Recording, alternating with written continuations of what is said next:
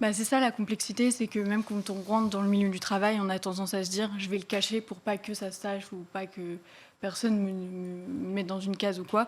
Sauf que le problème, c'est que du coup, on génère une certaine fatigue, on va au bout de nos limites et du coup, après, on se déconnecte totalement. Donc c'est hyper dommage que votre directeur en fait pense que c'est parce que vous n'en avez rien à faire de ce travail, alors qu'en fait, c'est juste que vous êtes complètement fatigué. Vous avez juste besoin de quelques aménagements. C'est pour ça que moi, je pousse les personnes à en parler. La fatigue, c'est absolument fondamental parce qu'il y a effectivement les difficultés d'audition, mais on le voit ici sur ce plateau que vous compensez largement à la fois avec la lecture labiale et avec ces implants cochléaires. Mais donc au fond, alors c'est déjà difficile en soi, mais le plus dur c'est que c'est épuisant. C'est épuisant. Comme plein de handicaps d'ailleurs, mais c'est épuisant. C'est ça. Et puis c'est un peu c'est difficile parce que par exemple moi j'ai tendance à beaucoup faire comme si ne rien n'était. Donc je vais avoir tendance à sourire tout le temps et être là comme si j'avais aucune difficulté.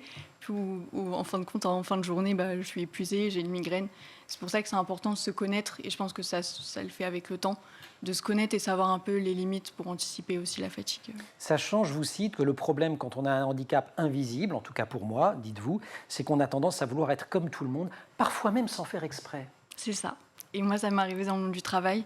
C'est que pour autant, je l'ai dit, mais je ne connaissais pas mes limites et je ne savais pas trop. Je voulais vraiment faire comme si je gérais la situation.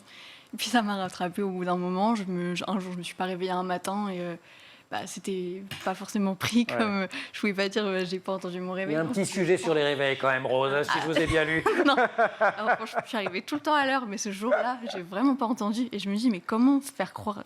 Comment dire à son directeur qu'on n'a pas entendu un réveil, c'est juste pas crédible, quoi.